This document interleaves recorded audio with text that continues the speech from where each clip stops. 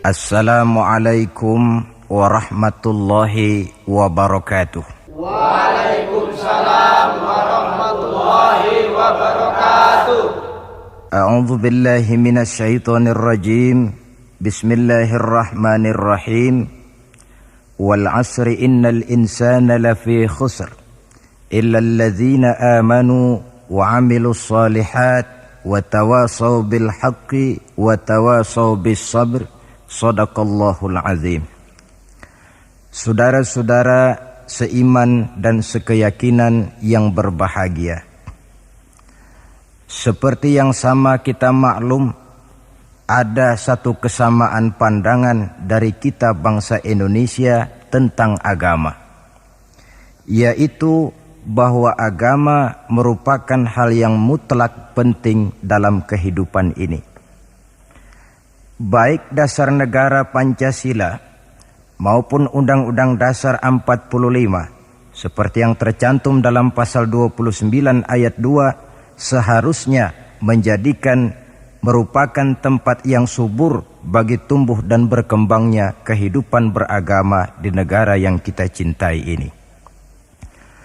Namun dalam kenyataannya tidak semua orang yang mengatakan agama itu penting lalu mau hidup mengikuti aturan agama. Lebih celaka lagi kalau agama hanya sekedar dijadikan lipstik, pemanis bibir, penghias hidup. Agama cuma sekedar seminar, muktamar, kongres atau tulisan besar-besar, tetapi yang tidak pernah terwujud di dalam kehidupan nyata sehari-hari.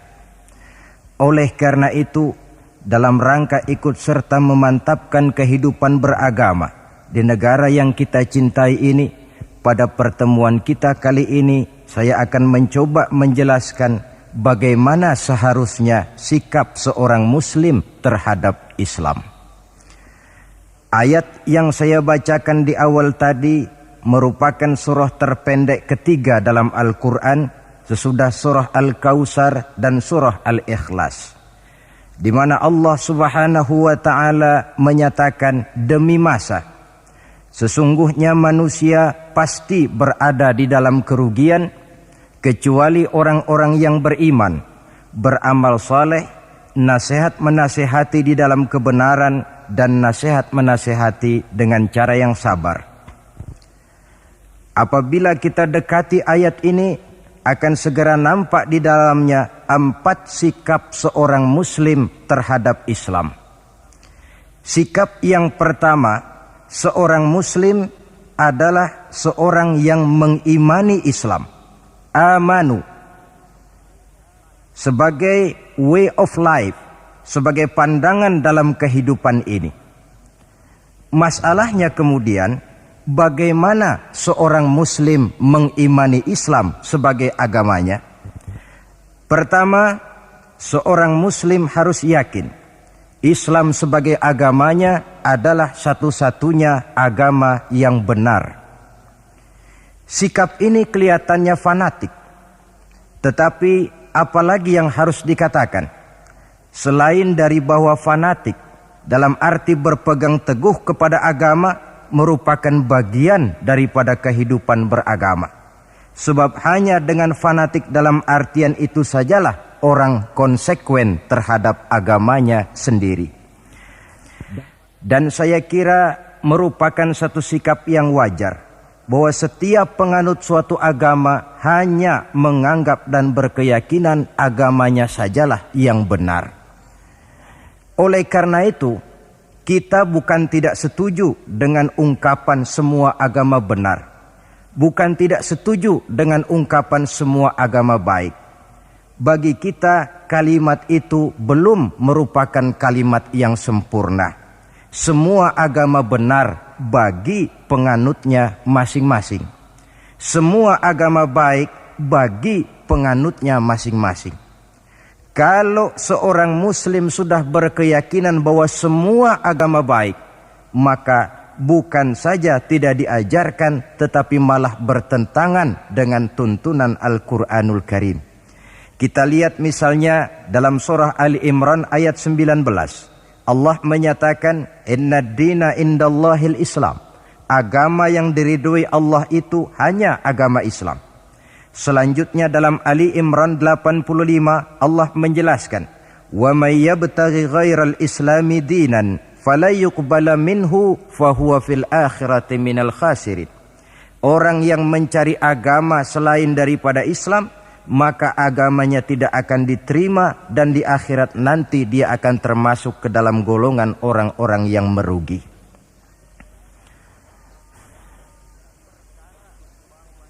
Perkara bahwa kita menghormati orang lain agama itu tentu, apalagi sebagai bangsa yang sedang melaksanakan pembangunan, kita perlu menjaga kesatuan dan persatuan kita sebagai bangsa. Tetapi menghormati orang tidak identik dengan menghormati agamanya. Satu hari, saudara-saudara, ketika Rasulullah sallallahu alaihi wasallam sedang berkumpul dengan para sahabat, lewatlah serombongan orang mengusung jenazah. Rasul berdiri, sahabat ikut berdiri. Ketika jenazah sudah lewat, seorang sahabat memberitahu, "Ya Rasul, yang tadi diusung orang itu jenazah Yahudi. Kenapa Tuhan berdiri memberikan hormat sampai kita juga ikut berdiri?" "Jenazah Yahudi," kata Rasul. "Iya." "Orang bukan itu?" "Ya orang kalau orang sih." Nah, kalau kau lihat orang diusung macam itu berdiri, sudah mati sekalipun masih diberikan penghormatan. Tetapi itu manusianya.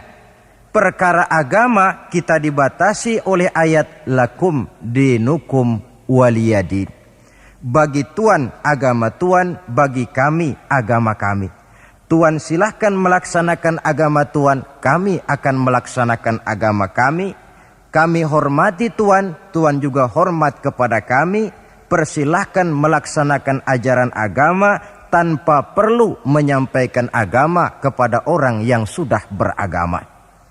Inilah sikap yang perlu ditegakkan agar kita jangan ngambang di dalam kehidupan beragama dengan memandang semua agama sama saja, semua agama benar, yang pada akhirnya kita tidak akan punya prinsip di dalam memegang teguh ajaran agama kita. Yang kedua, dalam rangka mengimani Islam, seorang muslim harus yakin dan berpandangan bahwa Islam sebagai agamanya adalah agama untuk seluruh manusia. Kalau Nabi Nuh diutus oleh Allah cuma untuk kaumnya saja, Nabi Ibrahim pun untuk umatnya saja, Nabi Musa demikian pula, Nabi Isa pun begitu. Tetapi Nabi Muhammad sallallahu alaihi wasallam diutus oleh Allah Subhanahu wa taala untuk seluruh umat manusia. Kita baca dalam surah Al-Anbiya ayat 107, Allah Subhanahu wa taala menyatakan, "Wa ma arsalnaka illa rahmatan lil alamin." Kami tidak mengutus engkau wahai Muhammad melainkan untuk menjadi rahmah bagi seluruh alam. Dewasa ini saudara-saudara, kita melihat timbulnya gejala di mana orang menganggap seolah-olah agama itu barang impor. Islam katanya kiriman Arab. Buktinya Quran bahasa Arab, hadis bahasa Arab, solat menggunakan bahasa Arab. Nah, akibat timbulnya pemikiran semacam ini, mulai nampak gejala orang menghindarkan diri daripada Islam. Sebenarnya bahwa Arab sebagian besar memang Islam, itu harus kita akui. Tetapi bahwa Islam bukannya Arab, itu pun juga merupakan kenyataan. Perkara kemudian Quran menggunakan bahasa Arab tidak lain karena Rasulullah sallallahu alaihi wasallam diutus oleh Allah di tengah masyarakat Arab ketika itu.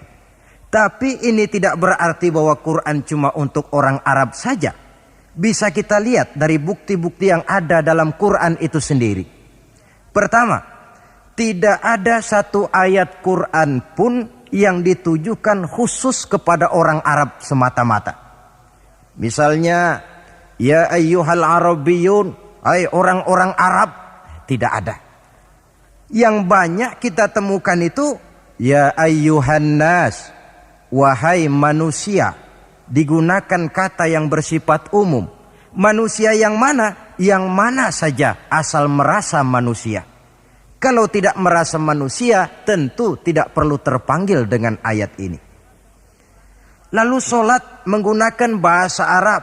Tentu Islam telah mengikat kita dengan akidah. Sama Allah yang kita sembah, sama arah yang kita tuju dalam menyembah, sama bacaan yang kita baca, sama bahasa yang kita gunakan.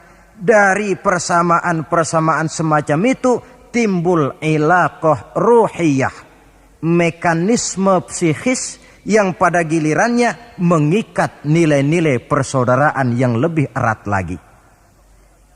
Cobalah kalau misalnya sholat saja dibiarkan tiap orang menggunakan bahasanya sendiri-sendiri, itu di samping menimbulkan berbagai kesulitan, kontak batin tidak akan cepat terwujud. Taruhlah misalnya yang jadi imam menggunakan bahasa Indonesia. Dia takbir dalam bahasa Indonesia bukan dengan Allahu Akbar. Barangkali dia akan baca Tuhan yang Maha Besar. Datang lagi yang jadi makmum dari Padang. Lain lagi gaya bahasanya, bukan Allahu Akbar, dia akan baca Allah nan gadang.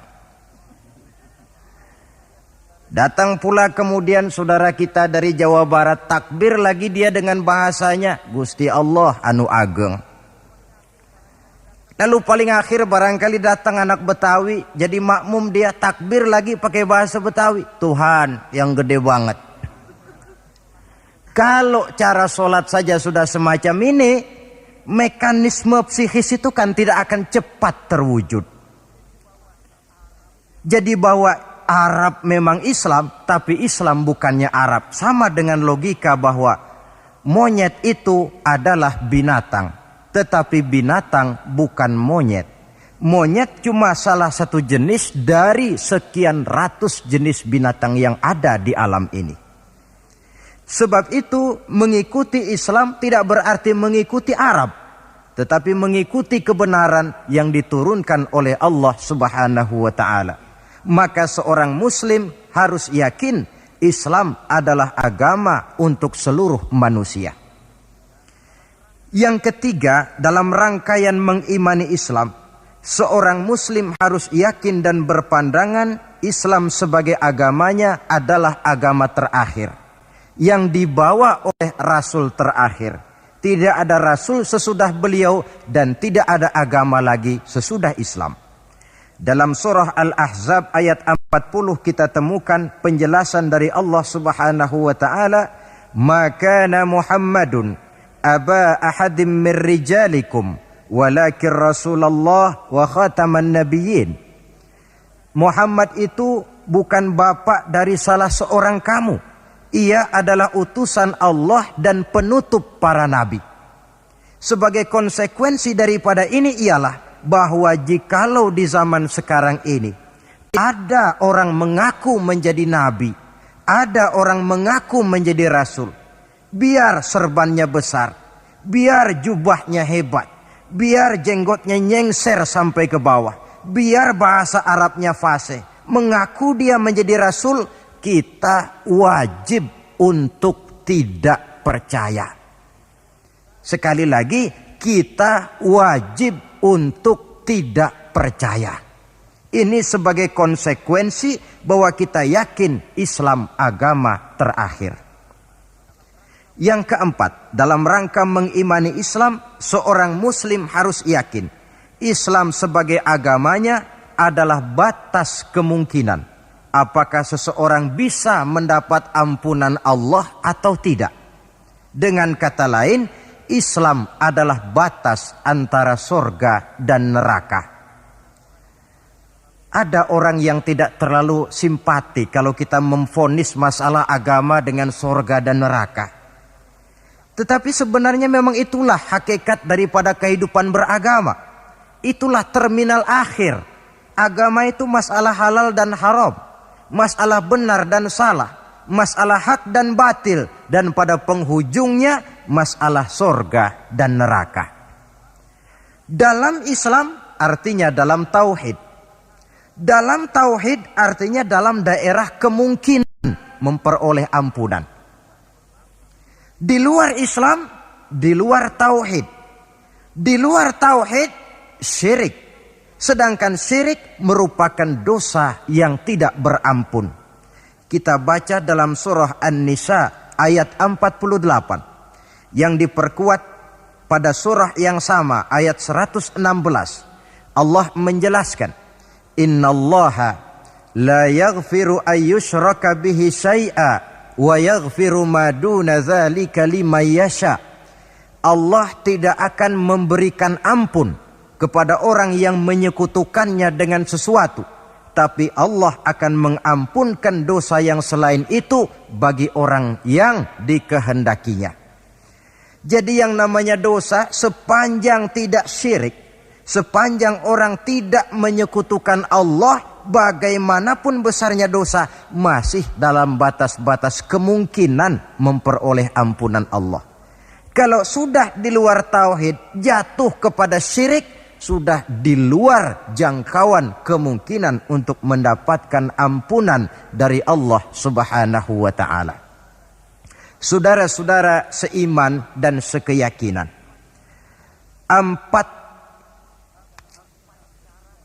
empat cara di dalam kita mengimani Islam ini pada gilirannya akan memberikan warna di dalam kehidupan kita.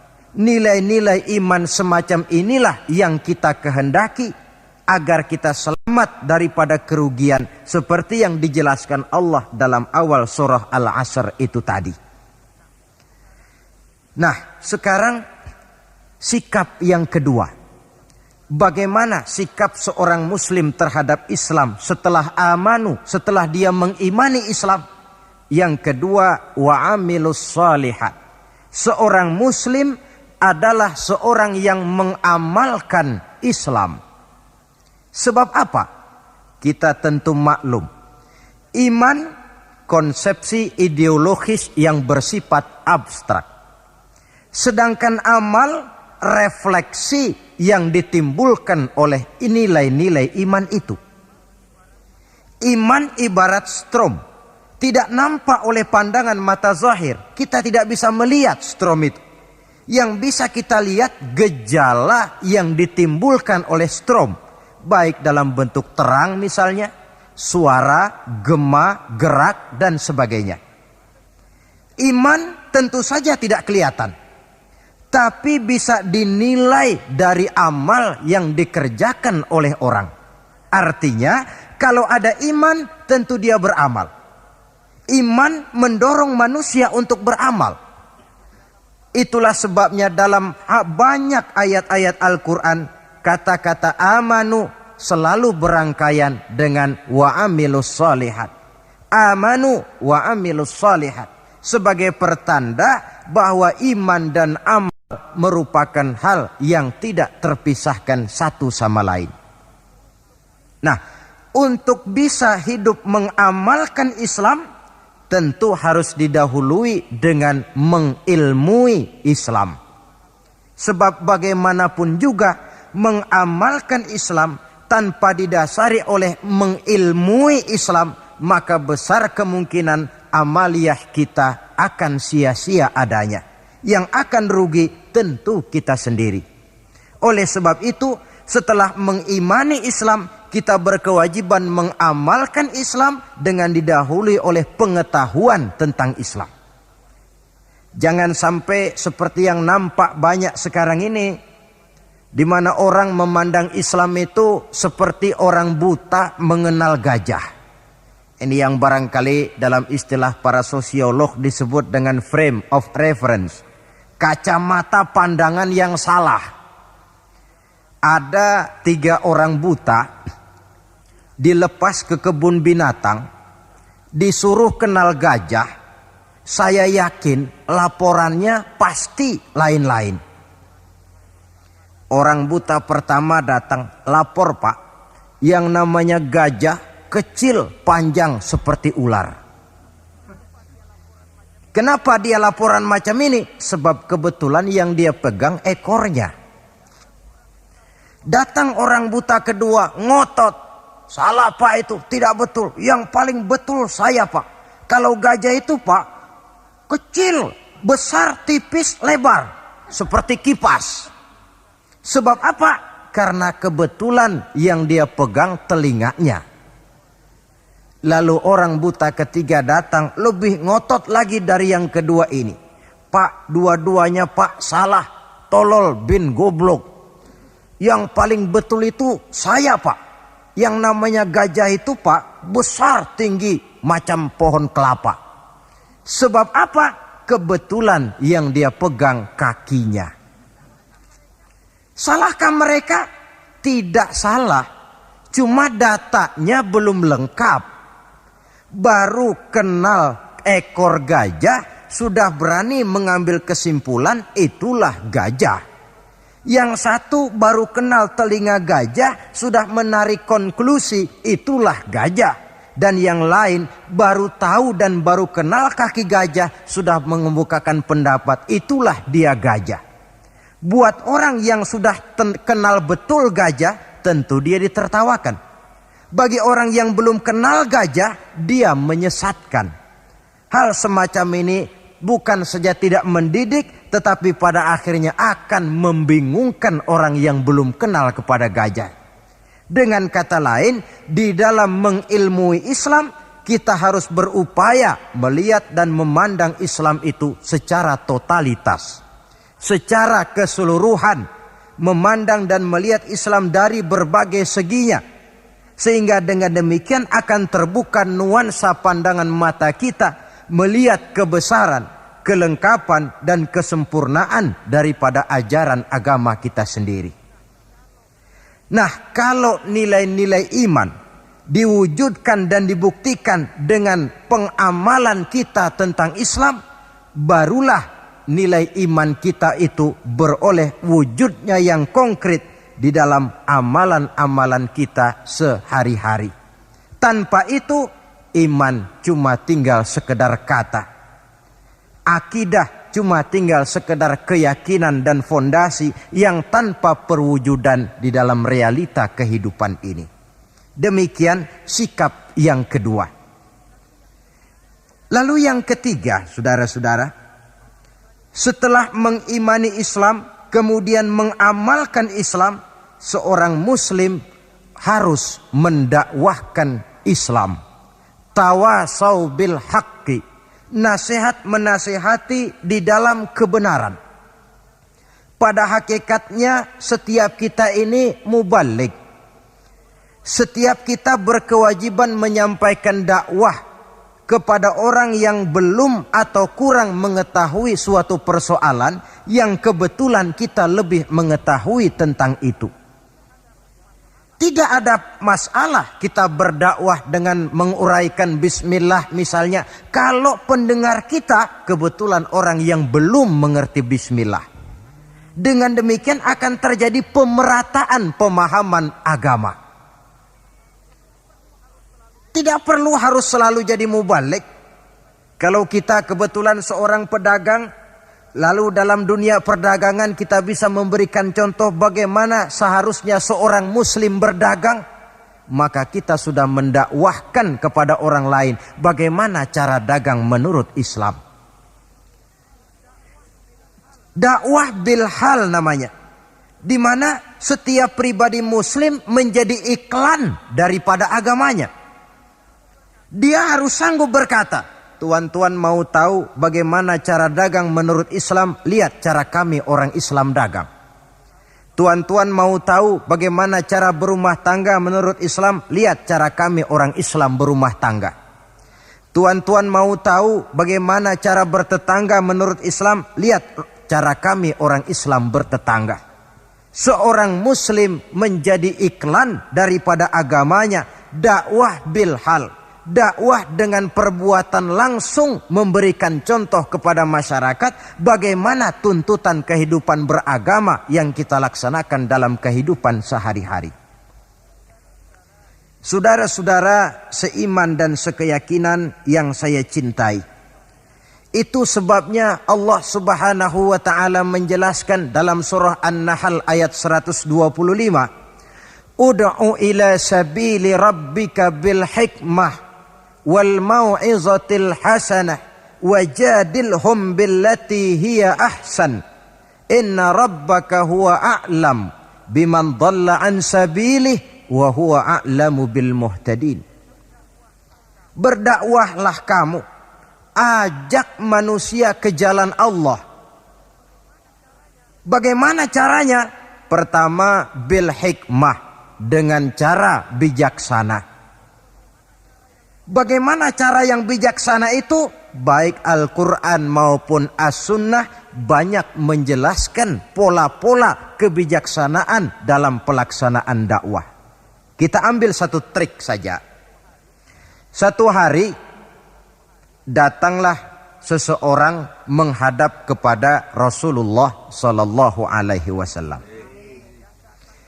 Yang datang ini, kalau istilah sekarang, biang okem.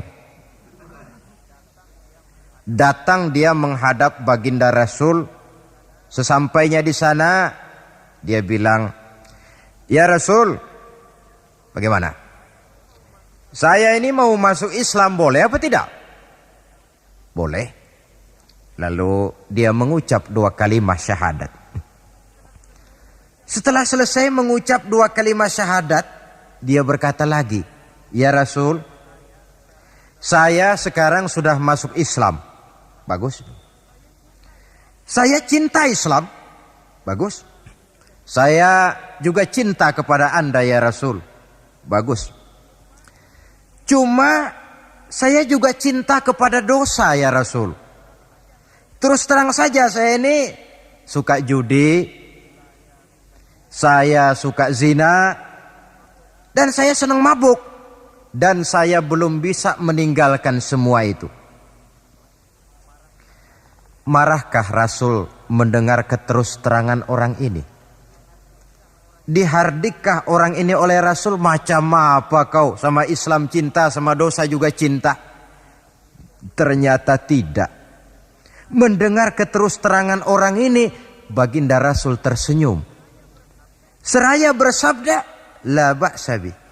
Tidak apa-apalah. "Jadi kau senang zina?" "Iya." "Mabuk?" "Wah, hampir tiap malam saya teler."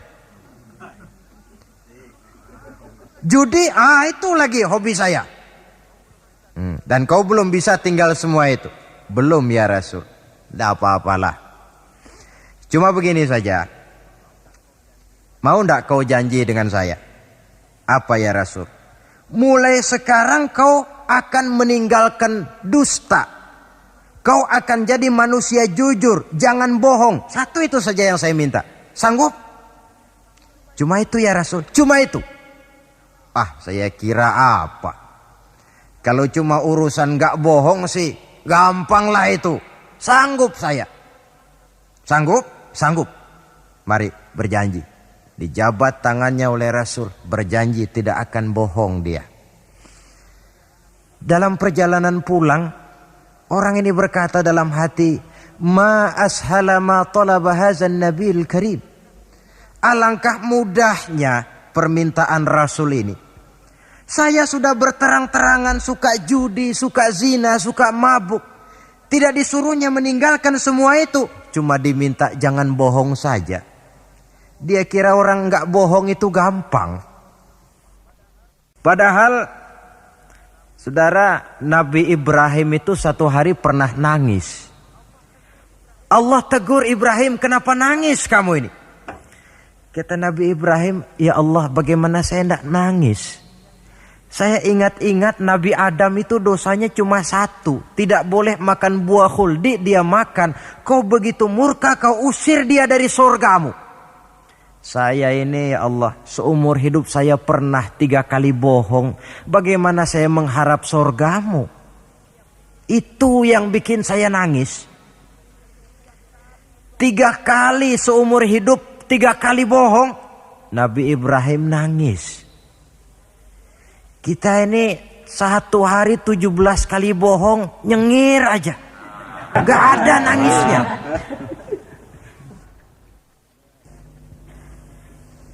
Saudara hadirin, demikianlah orang ini pulang ke rumah dengan satu anggapan dalam hatinya bahwa apa yang diminta oleh Rasul adalah sesuatu yang mudah. Lalu hari-hari pun berlalu, berganti dengan minggu, minggu pergi, datanglah bulan. Sampai pada suatu hari ketika orang ini sedang berjalan, dia melihat seorang perempuan dengan paras yang cukup cantik. Datang syahwatnya. Rupanya orang ini termasuk kelas tegangan tinggi juga. Dibawanya perempuan itu ke dalam rumah. Hampir terjadi perbuatan zina. Nyaris dia ingat janjinya.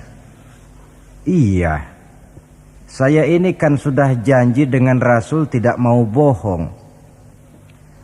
Nanti kalau saya bertemu Rasul lalu saya ditanya, kamu zina apa enggak sekarang? Saya harus jawab bagaimana?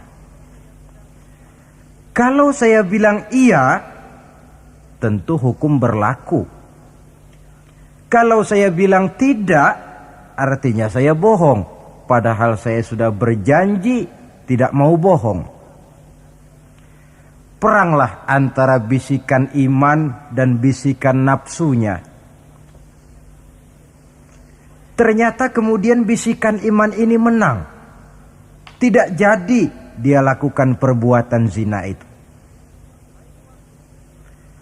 Lain waktu dia melihat sesuatu yang indah menawan, terdetik dalam hatinya mau mencuri. Sudah dia ulurkan tangan hendak mencuri itu, ingat lagi, saya sudah janji dengan Rasul tidak mau bohong. Kalau satu hari saya bertemu beliau ditanya saya kau mencuri apa tidak? Bagaimana saya harus menjawab? Saya katakan iya, tentu hukum berlaku.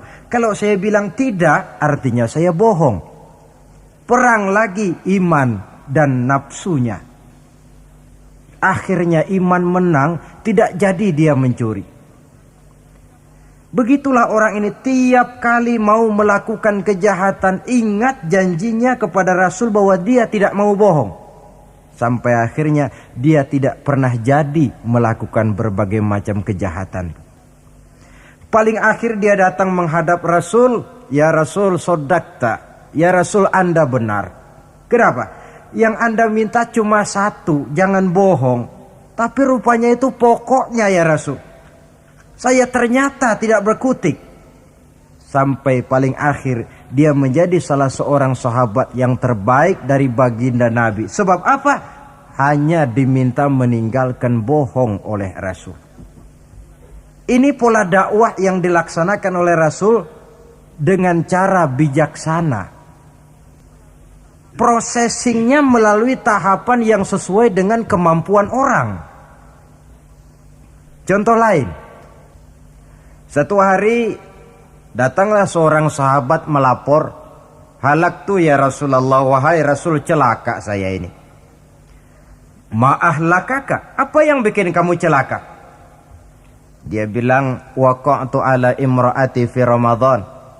Saya lagi puasa Ramadan. Saya enggak tahan sama istri saya itu. Lalu nyelonong ya Rasulullah. Rupanya pengantin baru ini. Kata Rasul, nyelonong bagaimana? Ya nyelonong-nyelonong. Kalau memang begitu, bayar dendanya. Apa dendanya ya Rasul? Bebaskan budak. Waduh, saya tidak punya budak ya Rasulullah. Tidak punya? Tidak punya. Puasa 2 bulan berturut-turut. Ya Rasul, tidak kuat saya. Tidak kuat? Tidak kuat. Jangankan yang 2 bulan, yang sebulan aja nyelonong. Bagaimana yang 2 bulan? Saya tidak sanggup ya Rasul.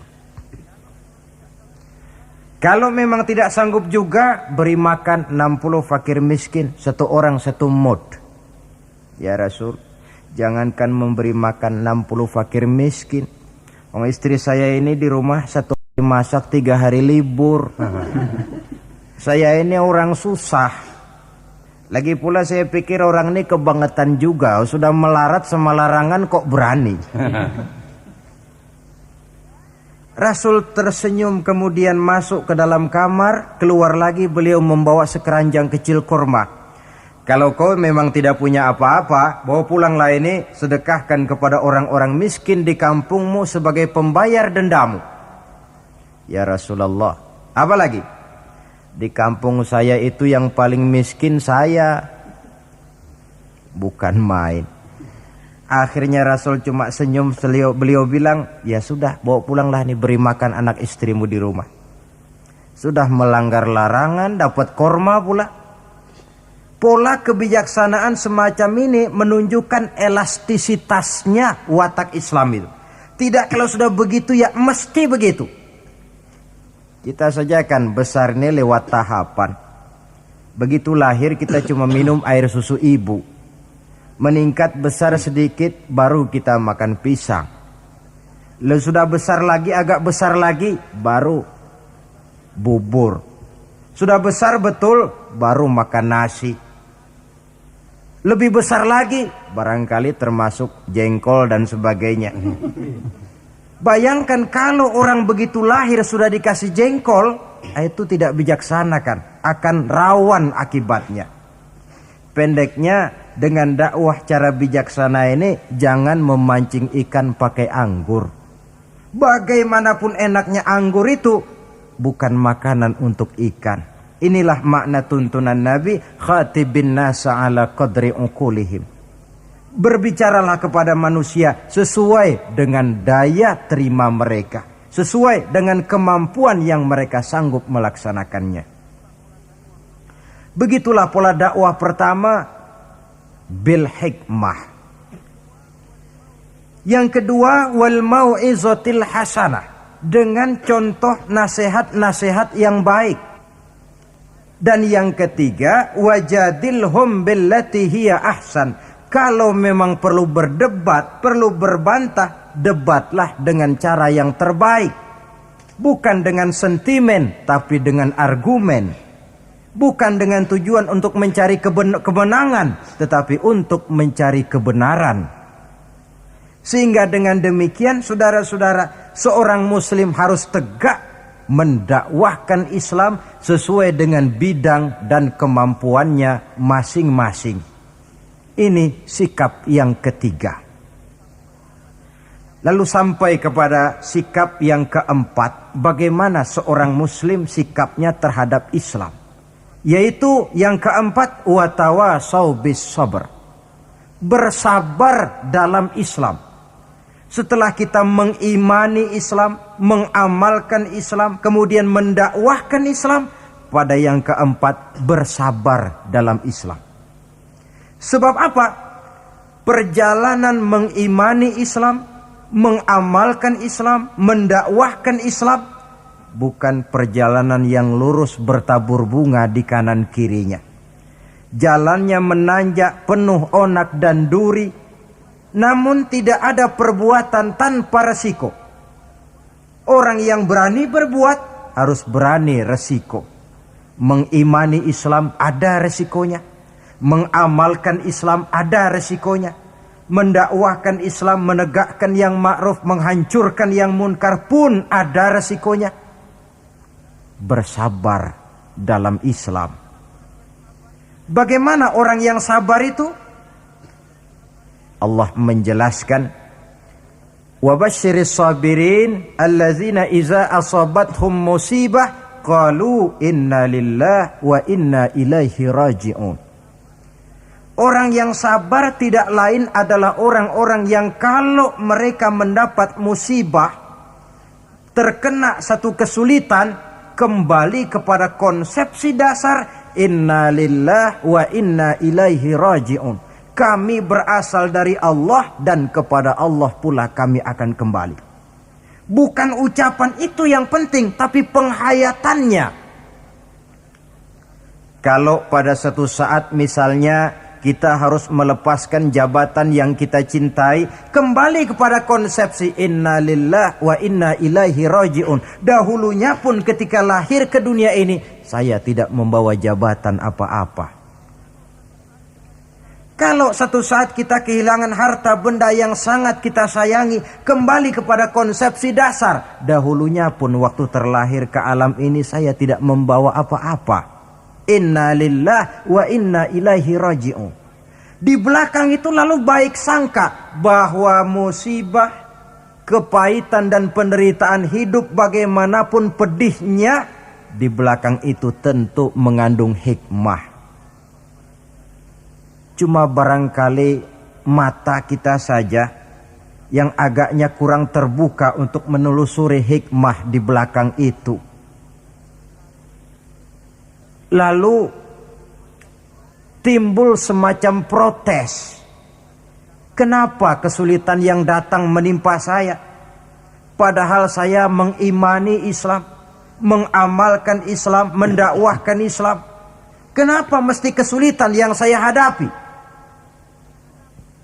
Timbul protes dalam hati. Padahal hikmah di belakang itu tentu ada. Dan setiap muslim menghadapi bagaimanapun besarnya kesulitan, dia harus tetap husnuzon, baik sangka kepada Allah. Dengan satu keyakinan, di belakang setiap kesulitan mesti ada hikmahnya. Dahulu ada seorang petani. Dia selesai bekerja di ladang, istirahatlah dia, tidur di bawah pohon beringin. Di sebelah pohon beringin ini ada pohon labu. Sambil tidur-tiduran dia berpikir, kalau saya lihat-lihat Tuhan ini tidak adil, katanya. Masa pohon beringin pohonnya besar, buahnya kecil. Lalu pohon labu, pohonnya kecil, kok buahnya besar. Tuhan bukan arsitek ulung ini. Tidak adil ini. Mestinya supaya enak dilihat itu, beringin yang pohonnya besar, buahnya besar sebesar buah labu.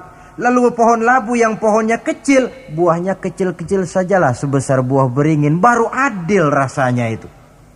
Nah, apa yang terjadi? Rupanya Allah tidak membuktikan kebesarannya. Baru saja selesai dia berpikir Tuhan tidak adil, jatuh sebutir buah beringin tepat menimpa hidungnya. Dia terkejut.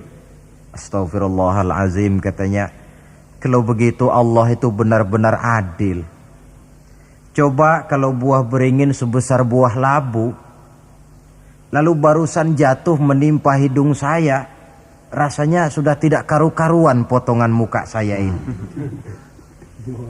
Baru terbuka pandangan matanya, baru terlontar perkataan Allah Maha Adil setelah dia bertemu dengan pengalaman yang dia rasakan sendiri.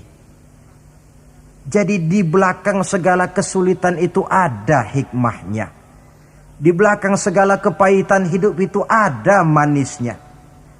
Maka Allah membimbing kita bersabar dalam mengimani Islam, mengamalkan Islam, dan mendakwahkan Islam. Konsepsi kesabaran kembali kepada satu keyakinan, semuanya datang dari Allah, semuanya pun bakal kembali juga kepada Allah. Kita bisa hidup, berbuat banyak, menjadi ini dan itu, berusaha segala macam, lantaran kita hidup. Kita hidup ini lantaran ada roh dalam jasad kita. Roh ini pun sebenarnya kita bukan hak milik mutlak. Cuma sekedar hak pakai saja.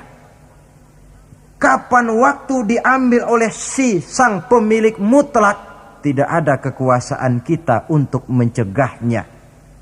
Yang paling vital macam itu pun tidak ada kemampuan kita mempertahankannya. Apalah lagi yang menempel dalam hidup seperti harta, jabatan, dan lain sebagainya. roh saja kita sudah tidak mampu mempertahankannya. Saudara hadirin yang berbahagia, maka keuntunganlah yang akan diperoleh bagi mereka yang sabar, tabah, ulet dan tahan uji menghadapi segala macam ujian dan cobaan di dalam dia mengimani, mengamalkan dan mendakwahkan Islam. Barangkali orang bertanya, kenapa sih kok orang-orang yang beriman saja yang kelihatannya banyak sekali diuji? Nah, itulah yang masalahnya memang. Justru yang beriman yang diuji. Lagi pula kalau tidak ada imannya, yang mau diuji apanya dong? Tidak ada. Dalam logika sehari-hari jelas saja yang ulangan itu anak sekolah. Kalau tidak sekolah, kira-kira ulangan apa tidak? Tidak. Kan tentu tidak. Mau naik kelas berapa, mau sekolah saja tidak. Justru yang beriman itu yang diuji, yang hidupnya mengimani Islam, mengamalkan Islam, mendakwahkan Islam. Makin tinggi kualitas iman, makin berat cobaan dan ujian itu. Sehingga Allah menjelaskan, ahasiban nasu ayyutraku ayyakulu amanna wahum la yuftanun. Adakah manusia menyangka mereka akan dibiarkan saja mengatakan amanna, kami mengimani Allah, kami mengimani Islam, wahum la yuftanun, padahal mereka belum diuji lebih dahulu. Artinya, jikalau kita sudah berani berkata saya iman kepada Allah, saya mengimani Islam dengan sepenuh keyakinan, siap-siaplah menghadapi cobaan dan ujian. Dan yang namanya cobaan ini tidak selalu yang berbentuk susah.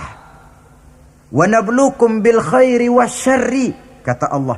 Kami akan coba, kami akan uji kamu dengan yang enak dan dengan yang tidak enak.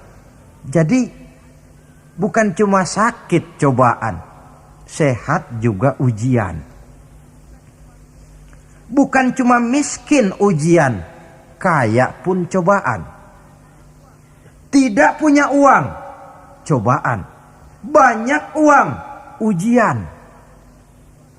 Tapi kan belum pernah kita dengar ada orang bilang, Pak, saya lagi diuji oleh Allah. Kenapa? Uang saya lagi banyak, Pak.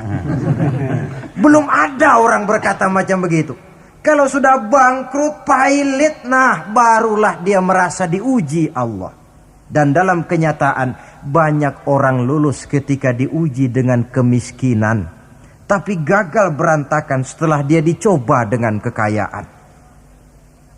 Banyak yang ingat Allah dikala dia sakit, dan manakala dia sudah sehat, Allah pun dilupakan. Ketika miskin dia hamba Allah, setelah kaya pindah menjadi hamba harta. Ketika dia orang biasa, dia hamba Allah. Naik pangkat, punya jabatan, pindah budak pangkat, budak jabatan. Tidak sesuai lagi antara ucapan dan perbuatannya. Baik, barangkali kita bercermin dari kehidupan seorang nabi, yaitu Nabi Ayub alaihi salam. Beliau ini orang kaya. Iblis itu paling tidak senang kalau ada orang baik. Dia lapor, wahai Allah, hambamu yang namanya Ayub ini dia rajin ibadah cuma karena kaya saja kau berikan harta. Coba kalau dia bangkrut, jatuh miskin, rasanya dia berhenti ibadah. Ah, iblis, aku tahu Ayub itu hambaku yang ikhlas. Saya buktikan ya Allah, silakan. Turunlah iblis ke alam ini. Mula pertama yang dia rusak adalah harta benda Nabi Ayub. Sawah ladang dibikin rusak, binatang ternak binasa. Sehingga dalam waktu relatif singkat jatuhlah Nabi Ayub dari orang paling kaya menjadi orang paling miskin. Kalau orang miskin jadi orang kaya, itu rasanya tidak terlalu, ya paling-paling lupa diri. Tapi kalau sudah dari kaya, tahu-tahu jatuh miskin, ini yang kalau kurang-kurang kuat kan bisa mengalami semacam mental breakdown. Mengalami komplikasi. Waktu itu Nabi Ayub sedang ibadah di mihrab dalam masjid, datang iblis. Saudara Ayub, iya. Sedang ibadah ya? Iya. Menyembah Allah? Iya. Tahu nggak kau ini? Kenapa? Allah yang sedang kau sembah ini dia sudah bikin miskin kamu. Sawah ladangmu rusak, binatang ternakmu binasa, dan kau sekarang sudah jadi orang paling miskin. Buat apa menyembah Tuhan macam itu yang sudah bikin miskin kamu? Inilah iblis ini. Kepada Nabi Ayub bicaranya lain, kepada Allah bicaranya lain. Kata Nabi Ayub, benar itu. Benar. Sawah ladang saya rusak. Iya. Binatang ternak saya binasa. Iya. Dan saya sekarang jadi orang paling miskin. Betul. Kata Nabi Ayub. Beliau malah tidak mengucapkan innalillah. Yang beliau ucapkan apa? Alhamdulillah. Allazi a'tani wa akhaza minni. Alhamdulillah, segala puji bagi Allah yang telah memberikan harta kepada saya dan sekarang Allah pula yang mengambilnya. Allah yang memberi, Allah yang mengambil. Tidak ada masalah bagi Allah. Iblis cuman ibadah jalan terus. Kembali beliau ibadah. Keki bukan main iblis ini. Inilah sebagian dari cerminan orang yang punya fondasi dan kesadaran kepada penghayatan tentang kalimat inna lillah wa inna ilaihi raji'un. Kadang-kadang kita cuma sekedar ucapan tanpa penghayatan. Terkena musibah mulutnya sih tidak berhenti inna lillah, tapi nangisnya juga tidak mau berhenti. Tidak diiringi dengan kesadaran dari Allah segalanya berasal dan kepada Allah segalanya pun juga akan kembali. Nah, kalau sadarlah kita bahwa tidak ada satu perbuatan tanpa resiko, dan resiko dalam mengimani, mengamalkan dan mendakwahkan Islam merupakan sesuatu yang indah. Yang kita hadapi dan kita modali dengan sabar, tentu buahnya akan nikmat kita rasakan dalam perjalanan hidup ini. Tanpa kesabaran, maka boleh jadi usaha kita pun akan sia-sia. Bukankah Imam Ali karramallahu wajhah pernah mengatakan, haqqun bila nizamin yaghlibuhul batil binizamin. Kebenaran yang tanpa nizam, tanpa kesabaran, tanpa taktik dan strategi, dapat dengan mudah dihancurkan oleh kebatilan yang menggunakan taktik dan strategi. Tentu kita menginginkan nilai-nilai Islam ini tegak di masyarakat. Tapi ini merupakan processing yang bukan seperti orang makan pisang. Hari ini dimakan, hari ini kenyang, dan hari ini juga kadang-kadang bisa keluar lagi. Perjuangan menegakkan nilai-nilai Islam ini satu proses yang panjang. Seperti juga telah dijelaskan oleh kehidupan perjuangan Nabi, para sahabat, dan selanjutnya. Tidak merupakan satu proses yang sekali jadi. Itu sebabnya ditutup surah Al-Asr ini dengan kalimat tawasau bis sabr. Hendaknya bersabar kita di dalam menegakkan sikap yang dituntut dalam surah Al-Asr itu tadi. Saudara-saudara hadirin yang saya hormati, dengan demikian 4 sikap telah saya kemukakan. Dari 4 sikap ini ternyata seorang muslim dituntut untuk menjadi pengiman Islam, pengamal Islam, dan pengawal Islam. Dengan motif sabar sebagai landasan daripada perjuangan kita mengimani, mengamalkan, dan mengawal Islam dengan pelaksanaan dakwah yang sesuai dengan bidang dan kemampuan kita masing-masing. Yang kita harapkan tentunya bahwa nilai-nilai keimanan kita ini mewarnai kehidupan dan menjadi warnanya hidup. Saya kira pun pembangunan akan lebih berhasil Pancasila akan lebih aman di negara ini kalau dijaga dan dikawal oleh orang-orang yang teguh memegang agama dengan segala konsekuensinya.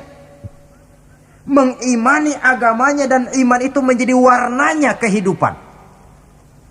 Dengan kata lain, kalau iman ini sudah ikut kemanapun kita pergi dan dimanapun kita berada, itu sebenarnya sumber etika otonom. Bukankah satu bangsa yang baik selalu terdiri dari masyarakat yang baik? Masyarakat yang baik terdiri dari warga yang baik. Warga yang baik terdiri dari keluarga yang baik. Dan keluarga yang baik terdiri dari pribadi yang baik. Nah, pribadi akan menjadi baik kalau dia dikontrol oleh nilai keimanannya. Sebab apa?